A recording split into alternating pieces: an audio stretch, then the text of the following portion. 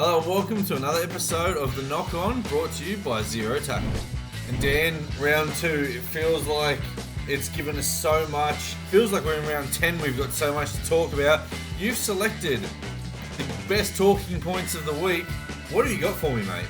Well, I have. Now, as has become tradition, rather, I'm just going to hit you with things we haven't discussed earlier, catch you off guard, get your opinion, then I'm going to correct you. Mate, halves pay the price. We saw earlier yesterday, by the time this drops, some coaches have made some big decisions, or are they big decisions, in dropping halfbacks, Lachlan Ilias and other players whose I will leave to you to discuss. Have they made the right decision, or is it just an easy way out, dropping a young halfback? I think Lachlan Ilias is the correct call, and it was very evident as of last year he needed a stint in New South Wales Cup. And they got Dean Hawkins, who was the New South Wales Cup Player of the Year. He was the man of the match in the grand final. South Sydney went on and, yada, yada, yada, did what they had to do. This kid looks like, well, he's not really a kid, Dean Hawkins, is he? But he looks like he's going to be the one to come up and fill the void. And I think it's the right call. I don't know. I think it's the right call to drop Ilias. I don't know if it's the call I would have made for the Roosters. I probably would have put Jack Whiten, who's a tried and tested, done and dusted half, just for this game. But I think that's the right call. The other one that you're alluding to is Jackson Hastings. Now, I'm a big fan of Adam O'Brien. I'm a big fan of what he's done for Newcastle and what he did last year. I'm not a real big fan of this call, Dan. I'm not a fan of it all. There is a half at Newcastle that needed to be dropped back to the bench with the number 14 on his back. It wasn't Jackson Hastings though. It's very clear to everyone that Tyson Gamble is offering absolutely nothing out there, and you're now taking out Hastings, who's the one with the kicking game, the one with the passing game, and putting Jack Cogger in, whereas it should have been Hastings and Cogger with Gamble playing the support role off the bench. Completely fair. I loved Cogger in. I always felt like it was a matter of time, and it was literally O'Brien waiting for the player who was in not so good form to bring Cogger in. Gave his that's what I'm looking for. He was honourable to his players from last year. I get Loyal. It. Loyal. He stuck there. Loyal's a better word. He was loyal to his players last year. He stuck by them. But he's wrestled the wrong one for sure. It had to be Tyson Gamble going to the bench and coming off as a hitman number 13 or whatever was needed. Not issue, but I don't like the fact that it was reported that they gave Hastings the news this morning, or yesterday morning, and said, do you still want to train with the first grade team? And he said no and sat out. That's not the right attitude. He should have been He should have been in there throwing fizzing passes out to the left that made O'Brien think, I've made a mistake. I've lit a fire under him. Obviously, they want him to do that, whether it be New South Wales Cup, the bench. I don't know what the final makeup will be, but I get it. I like Cogger in, but I think they've done the wrong thing there. Going back to South, though, look, Ilias has been not so great for more than the last 2 games. He didn't have a great back end of last season. As soon as they signed Jack Whiten, I thought, they're going to put him in at 6 sooner than later. When I heard he was going to be dropped, I'm like, well, there you go. The Roosters, Whiten debut for his club against the Roosters. I get it. And then they've named Dean Hawkins. I think he's taking the easier out here because there's bigger name players that are playing worse than Lachlan Ilias. And I will discuss this at length tomorrow on Zero Tackle by the time this drops. I think he's made an easy decision and framed it as a hard one, dropping the halfback. He's dropped the kid, and I think better players have played much worse and really need to boot up him. Yeah, I agree with you that the South players aren't in good form, but that comes down to your halfback, and he hasn't taken control any. Like, they played 160 minutes of footy, and I haven't not for 1 minute have I turned around and gone, geez, Lachlan Ilias has impressed me. So, right call, and the more I think about it, I wish Dean Hawkins the best. I think he's in a baptism of fire here. Yeah, big time. But speaking of unimpressive, Leichhardt Oval. $40 million they're saying it's going to take. Someone needs to come in and provide that money because the New South Wales government has said, will not be us. Needs $40 million worth of work to get rid of OH&S issues to get it up to NRL standard. Now, it's worth remembering that 2 years ago, there was a report that said unless it gets urgent upgrades, there will be no football from 2023 on. It's now 2024. We're hosting a game there Saturday night. And don't forget, between that time, people literally fell off a balcony at Leichhardt Oval. Is it worth saving? And where's that 40 million going to come from? Look, I'm glad the New South Wales government isn't handing any money to the Tigers because they handed Cronulla a big fat zero as well. So I'm good with that. I don't know where the money comes from. If there's a fan out there from the Tigers who's got the $40 million and he says, yeah, I'm going to come and rescue it, probably going to ask where that money's been all this time, right? Like, what have you been doing to help the club out? But, look, I've got my opinion on Leichhardt Oval. I've been there twice. It's a dreadful ground. It's in the middle of nowhere. There's no parking. $40 million ain't going to cut it. Like, it needs way more than that. You'd be better off just bulldozing and putting some units there. Relocate the club out to Campbelltown where they've got, the bigger base and the better field and all that kind of jazz there, and just be done with it. I unfortunately for inner city fans think that's where it's headed. There's no one with $40 million that's going to say, oh, it's a good investment, Leichhardt Oval. Yeah. The romance of Sunday afternoon football at Leichhardt is very enticing, but not $40 million enticing. There are so many stadiums they can play at. Now, I fully understand the romance of Leichhardt, and if that were to be demolished or no longer used, that the Tigers would no longer exist as they were. It's been the West Tigers for what, 1 million years now? I think it's time to let that go. Play your games at Allianz, play them at Combank, play them at Campbelltown. I'd like to see half the games hosted at Campbelltown and half at whatever. I'll leave that to the Tigers fans, I don't care. But Leichhardt Oval, I don't hate going there, but I don't like going there, and there is no world where I can justify a $40 million investment. And the other thing that doesn't make sense to me, if you're going on the Tigers and investment and where you're going to set up, they built their centre of excellence out at Concord. Mm-hmm. They play rugby union there. Like, I drive past it quite frequently. And there's this huge West Tigers building, and when you see the field, they're playing rugby there. So they should have made it out at Campbelltown, and they should have just relocated out at Campbelltown. But again, the Tigers made bad decisions. No one's surprised.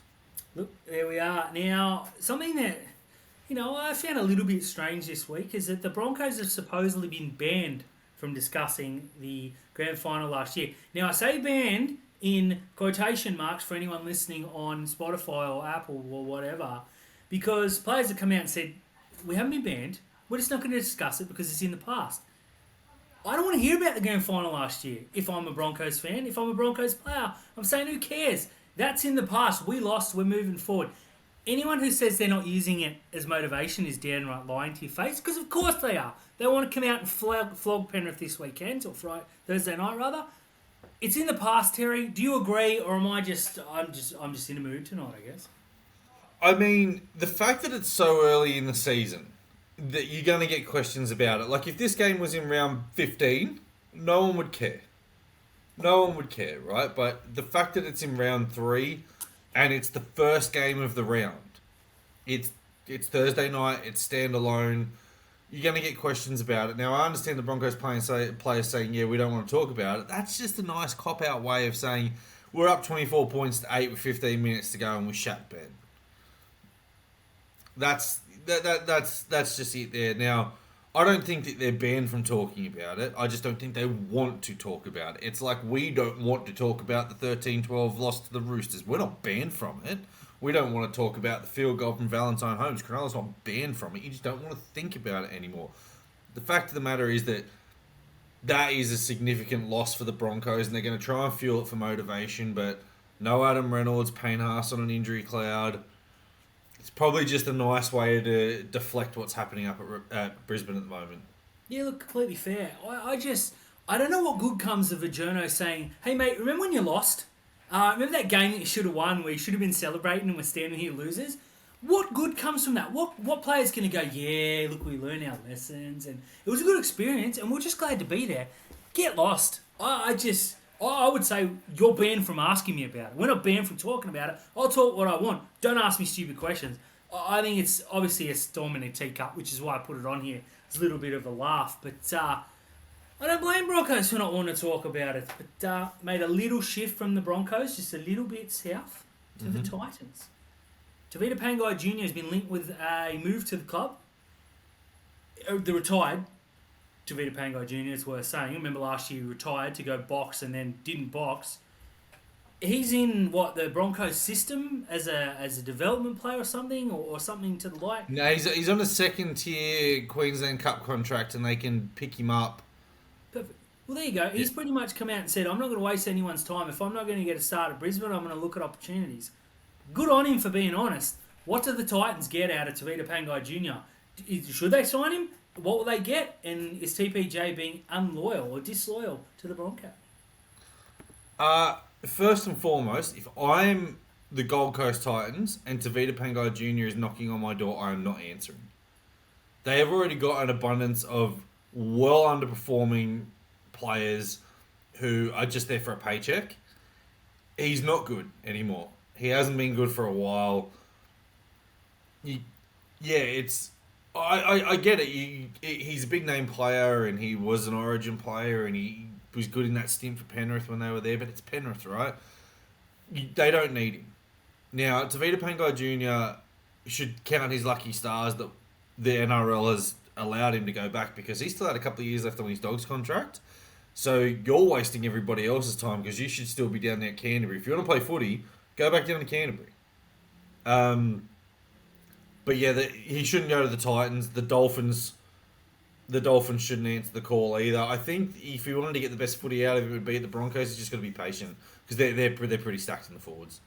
Yeah, they are. But I mean, you got Marty Taupau, who what if he gets injured? They've obviously proven that they need a player with some games under their belt and a bit of experience, and I won't say a calm head, because neither player are known for that, but an experienced head. And Pangai Jr.'s got that experience. He's played Origin, he should have played in grand finals, he's played finals football. I don't see anything positive about signing him, to be totally honest, unless it's for a minimum deal. You need a player, you got 24 hours, and Pangai Jr.'s like, pick me. Just chuck him the contract and just put him in Queensland Cup, see what happens. 100% though, this is if they are to sign him, it's still Peace fans. Oh, we signed former Origin prop. We signed Penrith Premiership winner, even though he didn't play in the grand final. It's one of those signings that looks good on paper, but no, Titans, no, just don't. If they offer him a contract, Pangai Jr. should sign it before they have a second thought. Sign it and go play a bit of football down there. But I think his best way in is through Brisbane, and I think he owes it to everyone after doing what he did. I still maintain that if he was a player who was giving value for his contract, the Bulldogs would be kicking up an absolute storm saying, you went round a rule, a loophole that they're trying to close to play football. They were like, see you later, let's get him off the contract, off the books. So I just think it's a bit of a laughable situation. I think he'll end up at the Titans, because I think both they're stupid enough to sign him. I think Pangai Jr.'s got to take it before someone else comes along. So I can't see anyone else coming along. Now we're on to our three big discussion points, Terry, and they're big ones this week. Taylan May, off contract, end of the season. Reported 3, 4, 5 clubs coming out to chase him. I don't know who the names are. I'm shocked there's not 6 or 7. Would you sign Taylan May? For Cronulla, absolutely. I think he slots into the left centre nicely for us. It allows us to finally move Talakai forwards, bench, on. The big one, he was linked with the Roosters, because Terrell is about to re-sign, which is terrible news for other teams, because he's quite a handy player, and I would have loved him in black, white, and blue. I think it's pretty easy to pick the Sydney clubs that would be after him. Obviously, the Dogs are after everyone. Parramatta are desperate for outside backs. The Roosters are going to be there. The Tigers would probably have a sniff. I hope Cronulla are having a sniff at him as well. And there's multiple other clubs, Canberra, Newcastle, everyone else who could use his services. He did put that post up that said it's the last ride, which to a lot of people says that he's moving on. The reported figures that Penrith were hoping to get him for $450, and he's knocked that back. Look, he's a very, very handy winger, and he's looking like a good centre at the moment. I think $450, $500 is the ballpark mark for him for a 2-year deal, and then you can say, if you make some rep honours and et cetera, we win a premiership, you get in the team of the year, some bonuses. But look, the question is, would I sign him? Yes. Do I think we will? No, I think he's going to the Roosters. Yeah, fair call. I mean, they're losing two pretty handy centres in Suaalii and Joey Manu. So that makes perfect sense. Well, I think the Bulldogs will be right in for him. They need some quality, and they need it quick. I don't think the Dogs need backs. That's the thing. Like if they were getting Terrell May, then Talon is a sweetener. But they need Terrell more than they need Talon. They do, but I think there's some cadence in, hey, we can sign all three of them. Now, I think the Dragons should be in The Dragons these are not. mentions right now saying, hey, we got 550, we're going to take a punt on you, and if your brother wants to come across too, that'd be sweet. Because I think they would improve that squad dramatically. Now, May's just seen Isaac Tango re-signed for like 700k. Now, with the greatest respects, Isaac Tango is going to be probably the best centre in the game in the next year or two. He had 6 line breaks this past weekend. He's a freak. Yeah, he was up against Kelma Tuolungi though. Look, true. So that's 3 real line breaks. But I think you're going to see monster performances, and I've long been a fan of his. I think he should be in the Origin discussion. Whether he wants to play for that is another question. But I think he should be on talent and talent alone. Taylan May is a very, very good centre, as we've seen in the last few weeks, and he's a superstar winger. I think there's going to be a host of clubs looking for him. I think he can pretty much write his own check as long as it's not ridiculous and have his pick. I didn't see that post. If he's out from Penrith, then that's another one. They've got to bring in a younger, better player at half price. So we'll wait and see who that is. But I don't think this will be a quick one. I think you'll sit back because there's a lot of clubs that are very desperate and they're going to offer a lot of money. And I just think Parramatta have got to come out and say, look, we need backs. You're a damn good one. Let's get it done. I think Parramatta's attention has turned to Zach Lomax and that situation that's going there. I think I think Taylan May has put that cryptic post up because it's sooner rather than later for him. The reports are that Terrell is about to re-sign. I wouldn't be surprised if Talon's signature was announced around about the same time. Completely fair. Now, from a club that's winning everything to a club that is winless and in a bit of trouble, South Sydney, mate. Is there trouble in Redfern? We've seen this week, we've seen young halfback Lachlan Ilias made the scapegoat, in my opinion. We've seen Josh Mansour come out and have his story. It's brought back what Burgess said on his way out and why he left South Sydney. There's huge rumours of favourites being played. The coach is under pressure. We've had a super coach who we'll discuss in a minute linked back with the club, which says to me, desperation. Are they in trouble? I said it on one of our many podcasts in the preseason that the coach that was under the most pressure was Jason Demetrio, and I do not step back from that whatsoever. It was a game away from a grand final in 2022, and then 2023 he misses the finals, and he started 0-2, probably going to be 0-3, and looking for answers now. They've signed Jack White and they've strengthened in depth. They look like a team that should be anywhere between the 5 and 8 mark in the on paper, but it's not the game's not played on paper. I think there is a little bit of trouble at South Sydney. I don't know if bringing Wayne Bennett back is the answer for them, but there's too much talent there at that squad to keep accepting 7th and 8th.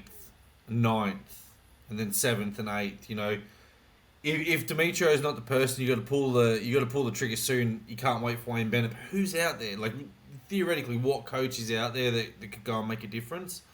I'm not sure where they go. There is trouble. This is probably the one time you just don't know how to answer it because South Sydney are a club that demands so much, and if you're a good coach. Are you going to leave your job to go to South Sydney knowing what's there at the moment? It's going to be big pressure. I think the only name I can think of right now is Jason Riles. I don't know what he's doing, but he was so highly sought after by numerous clubs and kept knocking about. He might be assistant coach in a rugby team or something at the moment, probably with Eddie Jones. Souths are in trouble. There's turmoil there. You've got, I know people made more of it than they need to be. Latrell Mitchell taking his frustration out, swearing numerous times on a radio interview. He's a bloke who should know better. You've got Cody Walker, Damien Cook, Latrell Mitchell in a spine, and you're sitting 0-2 and playing against the there's the lukewarm hot Roosters, and then people are saying that they could start 1-8. I think they play the Bulldogs in their opening 9 games. There's trouble there. You've got a forward pack that outside of Tavita Totola wouldn't scare a toddler. You know, I love their back row. You think you could tackle Keon Koala-Matangi? No, well, he was the one I was going to mention. What about Cam Murray? Well, the middles worry me big time. You got a coach that moved Cam Murray, who I maintain is a top 3 or 4 lock in the game, and put him out wide in a position that he's proven he's not as good at, and that's not having I'm not having a crack. He's a very good second row, but he's an elite lock forward for Shaq Mitchell, who is a borderline first grader at best, fringe first grader. They're holding on to the corpse of a Burgess who was good 5 years ago. They're bringing these Munro's a good young talent. I know he's injured, but to go back to Tane Mill. Now I don't want to turn this into a hit piece, but Tane Mill. I mean, we saw Richard Kenner. Like this is a squad who 2 years ago was like they're going to win the title. Last year it was like they're probably going to win the title. They're playing the 8. Right now, you can't talk me into they're going to play final football unless Jack Whiten just turns into the centre of all centres. Now I know they are missing a very good centre in Campbell Graham. I will cut him a bit of slack, but every team in the game, bar Penrith it seems, loses superstars and can't replace them. But I mean, Penrith do lose superstars.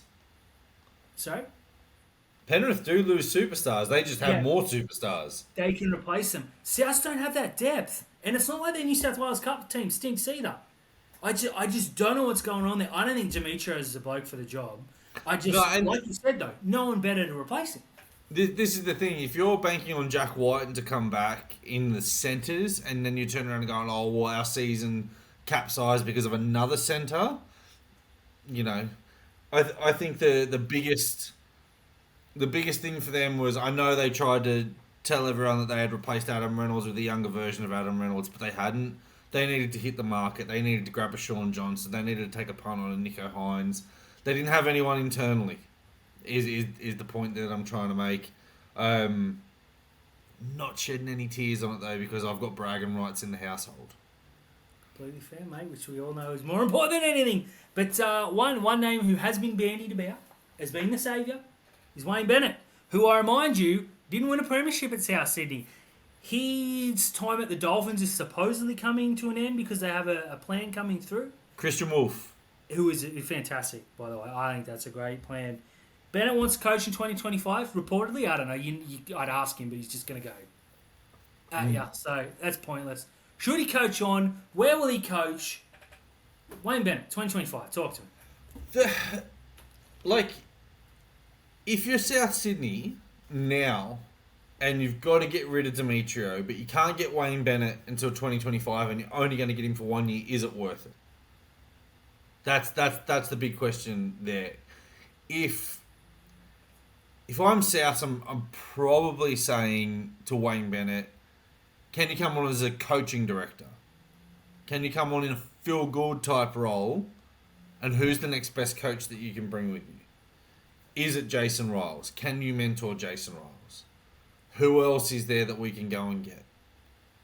But I'm not bringing Wayne Bennett back for 1 year when they're probably not going to go and sign a halfback and they're not going to address a lot of the issues. Like, you need to get Wayne Bennett and then say to Wayne, we're going to give you a coach for 3 years and you guys just rebuild the club. And that sounds like Jason Riles.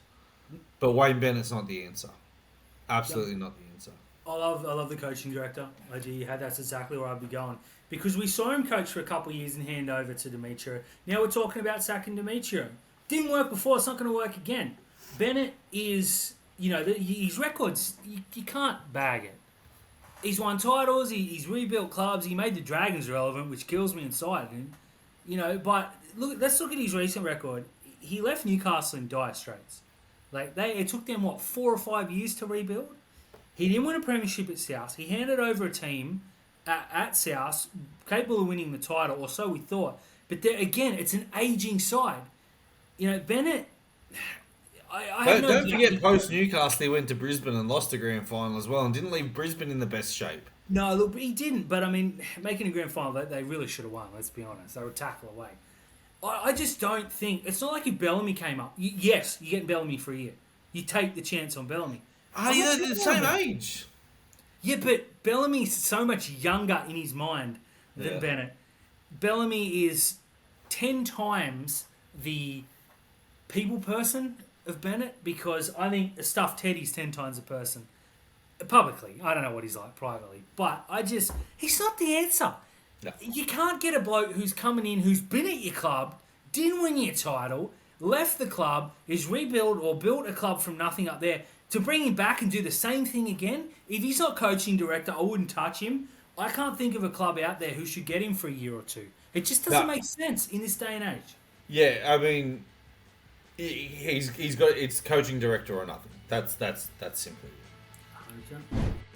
Thank you everyone for tuning in to another episode of the Knock On Podcast, brought to you by Zero Tackle, your go-to website for all the information that you need. Team lists, injuries, rumours, news, everything happens. We also have the best writers in the game because they give their unbiased opinions. And damn, what do we have coming up from your good self and the better writers on Zero Tackle this week? Look, I'm going to take a look at South Sydney. Oh, gross. And I'm gonna expand on what I said earlier, and I'm gonna pretty much make the case that dropping Lachlan Ilias isn't a fix. I think it's a band-aid on a big cut that might get infected very soon. I wish no negativity upon South. I don't wish him that well either, to tell you that. But I think he's taken an easy option. I don't think he's the only coach this week to take that easy option too. So make sure you keep an eye out on that. That's something that I'm going to put a lot of effort into, which I don't often do, Terry. I'm sure Scott will agree with that, but keep an eye out. Your 20 to 1, your 20 thoughts every week seems to get people talking. Your power rankings as well get lots of abuse thrown your way. Huh? Wins matter, Terry. People have got the Warriors higher power rank than teams that have won football games. Mate, if only there was a ladder that could tell you what the power rankings were, because right now I'd probably have the Raiders at first. See you next week.